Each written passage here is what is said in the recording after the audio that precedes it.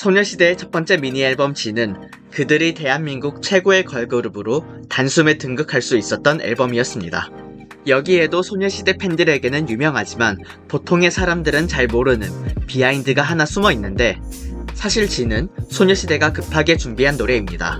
원래는 2008년 11월에 더피의 멀시를 리메이크한 댄싱 퀸이라는 노래로 컴백할 예정이었으나 당시 저작권 문제가 해결되지 못하면서 무산됐었습니다.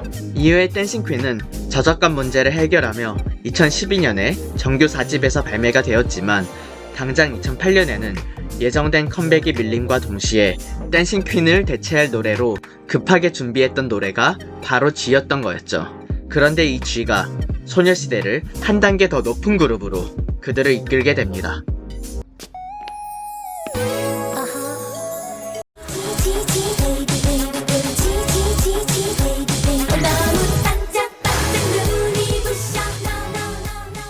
G는 현재까지도 소녀시대의 노래 중 가장 성공한 노래로 뽑히고 있는데요.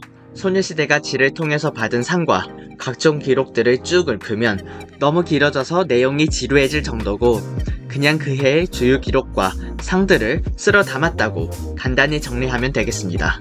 냉정히 말해선 이 곡이 준 임팩트를 뛰어넘는 곡이 아직까지 나오질 못해 소녀시대의 모든 타이틀곡들이 나올 때마다 G와 비교되기도 할 정도니까요. 이 곡의 인기 이외에도 소녀시대가 음악방송과 뮤직비디오에서 선보인 컬러 스키니진이 선풍적인 인기를 끌어 EU 교과서에 소녀시대의 스키니진이 2000년대 대표 유행 패션으로 실릴 정도였습니다. 덕분에 2012년 싸이의 강남스타일이 나오기 전까지 한국 유튜브 동영상 중 최고 조회수 기록을 유지하기도 했습니다. 이외의 수록곡인 힘내 역시도 많은 호평과 인기를 기록, 소녀시대는 본격적인 전성기를 알립니다.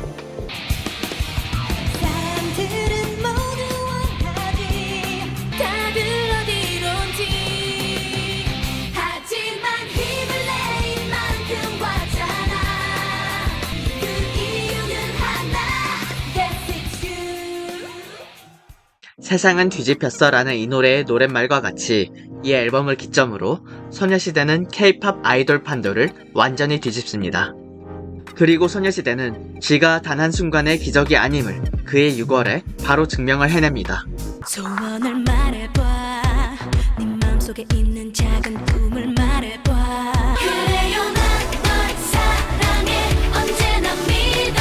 소원을 말해봐, I'm cheating for you boy. 소원을 그들의 두 번째 미니 앨범 소원을 말해봐가 쉴 틈도 없이 바로 발매가 되었는데요. 자칫 기존의 발랄한 소녀 콘서트에서 정체될 수 있었던 상황에서 제복의 각센미를 내세워 섹시 컨셉으로의 변화를 깨한 노래로 너무나 성공적인 이미지 변신의 예시로 꼽힙니다. 저는 이 곡 덕분에 소녀시대가 이후 취할 수 있는 컨셉이 크게 넓어질 수 있었다고 생각을 합니다. 그래서 데뷔한 지 한참이 지난 현재 소녀시대를 말할 때에 대표 노래로는 G가 많이 꼽히고 컨셉트로는 소원을 말해봐가 제일로 꼽힐 정도입니다.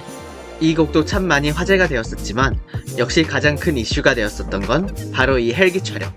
요즘이야 드론 항공 촬영을 흔하게 볼 수 있지만 당시에는 이 3분짜리 영상을 찍기 위해 진짜 헬기를 띄웠을 정도니 그야말로 소녀시대의 위엄이라 할 수 있겠습니다. 참고로 이 음악방송은 역대 최고 시청률 1위를 기록합니다. 추가로 이 노래 정식 버전 말고 초기 버전이 댄스 연습 영상으로 공개된 게 있거든요. 유튜브로 한번 찾아서 보시기를 추천드릴게요. 일단 도입부가 달랐고요. 후렴도 조금 엇박으로 불렀었는데 이게 수정이 참 잘 되었다는 평가가 대부분입니다. 이 덕분인지 빌보드에서 소녀시대 10주년을 기념해서 발표한 소녀시대 명곡 베스트 31을 발표한 적이 있는데 여기에서 이 노래가 1위에 선정되기도 했습니다. 당시 2009년은 브라운 아이드 걸스의 아브라카다브라, 카라의 미스터, 2NE1의 I Don't Care 등이 나와서 K-POP 걸그룹 최고의 전성기 중 하나로 불릴 수 있는 해였는데, 이 가운데서 소녀시대가 1위를 차지했었다는 것은 결국 소녀시대가 2세대 걸그룹을 대표하는 아이돌이었다는 것을 말하는 확실한 증거가 아닐까 싶습니다. 소녀시대는 이후 매번 컨셉을 바꾸며 활발한 활동을 했는데요. 5에서는 치어리더 컨셉을, 런데빌 1에서는 블랙소시, 훗에서는 복고를, 후에 알가라 보이는 걸스 힙합을 보여주는 등 당시 평가들이 많이 갈리긴 했지만 그래도 언제나 탄탄한 팬층을 바탕으로 나쁘지 않은 성과들을 보여줬습니다. 제 기억에 특히 소녀시대의 활동곡들 중에 더 보이즈랑 I Gotta Boy를 듣고는 솔직히 이게 맞나 싶기도 했었는데, 지금 와서 생각해보면 무조건 대중성을 따라가기보다 정말 가수답게 실험적인 노래와 더불어 다양한 컨셉에 도전했던 것에 박수를 보내야 하지 않나 싶습니다. 사실 이런 모습들이 그들을 더 높은 위치에서 롱런하게 만든 거니까요. 이외에 테티서와 같은 유닛 활동이나 태연, 서연 등의 뮤지컬 출연 등 멤버들의 개별 활동도 활발하게 이루어졌습니다. 숨겨도 twinkle 어쩌나 twinkle twinkle 그대의 twinkle 나를 봐. 이렇게 소녀시대에게 그 어떤 난관도 없을 거라 보여졌었지만, 그러나 소녀시대에게 있어서 조금 더 강조하자면 K-팝에 있어서 가장 충격적이고 또 미스테리한 사건 중 하나가 이들에게 생기게 됩니다. 바로 소녀시대 제시카의 퇴출 사건인데요. 이게 관련되어서 공식적으로 발표된 자료가 많지가 않습니다. 저도 이번 기회에 다시 검색하고 또 찾아보기도 했지만 한두 번의 공식 발표를 제외하고 이후엔 서로 언급 자체를 하질 않았어서 몇 가지 단서를 갖고서 추측할 수밖에 없는데요. 소녀시대에게 있어서 큰 사건이었던 만큼 최대한 간단히 짚어보도록 하겠습니다. 먼저 제시카는 2013년 말부터 타일러 권이라는 사업가와 함께 교제를 하고 있었습니다. 그리고 이 타일러 권과 함께 블랑이라는 패션 사업에 대해 계획을 하고 있었다고 합니다. 이러한 일들 때문일까요? 제시카는 2014년 상반기에 개인적인 사유에 따라 소녀시대 활동 중단에 대해 먼저 SM에 전달했다고 합니다. 물론 당시에는 알려지지 않았던 사실이었죠. 당시 SM은 제시카를 놓치고 싶지 않았던 것 같습니다. 그래서 SM은 제시카와 타일러 권의 열애설이 나왔을 때에도 둘은 사귀는 사이가 아니라고 입장을 내며 부인했었는데, 이건 아무래도 아이돌 멤버의 열애를 회사 입장에서 인정하기 쉽지 않았겠죠. 그러던 와중에 제시카가 2014년 7월 일본 콘서트를 끝내고 다시 한번 활동 중단 의사를 비쳤다고 합니다. 소녀시대 8인과 SM은 제시카를 다시 한번 치열하게 설득을 했고, 그 결과 8월 달에 제시카를 포함한 소녀시대 9인 모두 동일한 기간인 3년 재계약을 체결하게 됩니다. 그리고 이 재계약 일자에 맞춰서 제시카는 블랑 브랜드를 곧 정식으로 론칭하게 됩니다.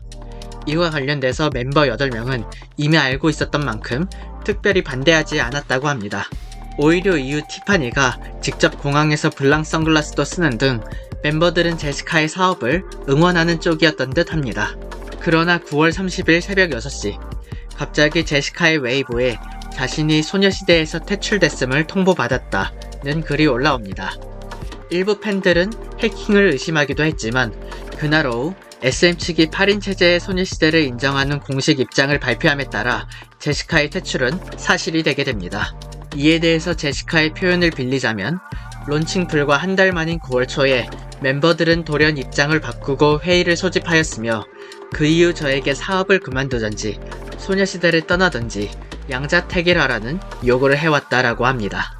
이제까지 먼저 제시카의 시각에서 사건을 보았고 SM의 입장에서 이를 다시 보도록 하겠습니다.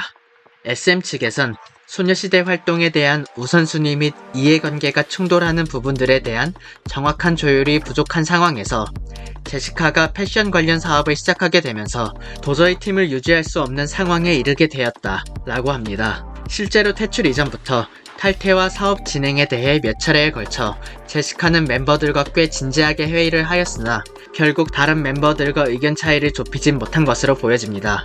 적어도 제시카는 다른 멤버들의 연기, 라디오 등 개인 활동을 하는 것과 같이 본인도 사업과 소녀시대 활동을 충분히 같이 할 수 있다고 생각한 듯 합니다. 그러나 제시카가 추진하려던 사업은 이름만 불려주거나 단순히 프랜차이즈를 론칭하는 것이 아니라 자신이 직접 수석 디자이너로 뛰어들어 제품 제작에 참여하는 거였습니다.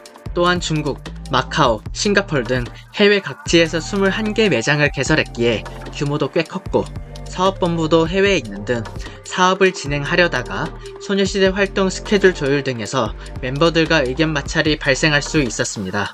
실제로도 제시카는 당시 소녀시대 투어 연습에 소홀해지기도 했고 또 사전 리허설에도 불참하는 등 사업이 그룹 활동에 지장을 주는 모습을 보였습니다. 그리고 이런 일들이 중첩되며 다른 멤버들이 마음을 바꾸게 되지 않았을까 싶고요. 종합을 해보면 원래 2번 탈퇴 의사를 밝혔을 정도로 아이돌을 그만두고 사업 진행에 전념하려 했었던 제시카였지만 멤버들과 회사의 설득으로 마음이 바뀌어 소녀시대 활동을 같이 병행하려고 했다.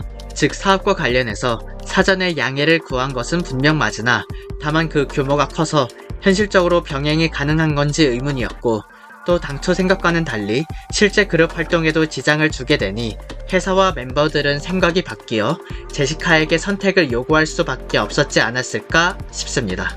그리고 이때는 이미 사업을 시작했고 제시카 본인도 자본을 투입했을 텐데 그 상태에서 사업을 그만둬야만 소녀시대를 같이 할 수 있다 라는 건 사실상 결말이 정해진 상황이었다고 생각이 듭니다. 그렇게 소녀시대를 나오게 된 제시카, 각자 개인 활동과 8인의 그룹 활동을 이어가게 됩니다. 억측과 비난은 완전히 피할 순 없었지만 언급을 극도로 조심하며 갈등이 표면적으로 드러나지 않도록 각자 노력을 합니다.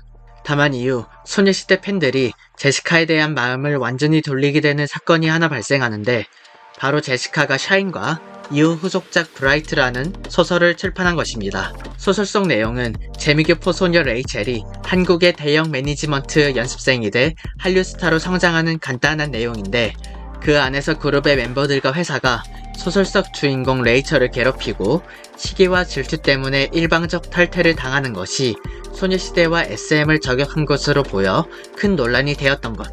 더욱이 주인공 레이첼도 제시카의 케이스처럼 패션 사업으로 인해 소설 속의 그룹 멤버들과 갈등을 겪는 모습이 나옵니다. 이후 출판사 측은 제시카의 상상력으로 재창조한 내용이 담긴 픽션물이라고 말하긴 했으나 애초에 이 레이첼 자체가 제시카 스스로를 분명 반영한 캐릭터임은 틀림이 없습니다. So how similar are you with Rachel? Very similar. So Rachel is a reflection of me, obviously. Her drive, her ambition, like her spirit, everything is just very similar. But the difference is she's a little bit more like outspoken and she's more brave. Yeah, I think Lea's. I made your character very cute. So she's a reflection of me. Of course, you picked the name. Yes, I picked. Lea. So originally it was Lizzie, I believe.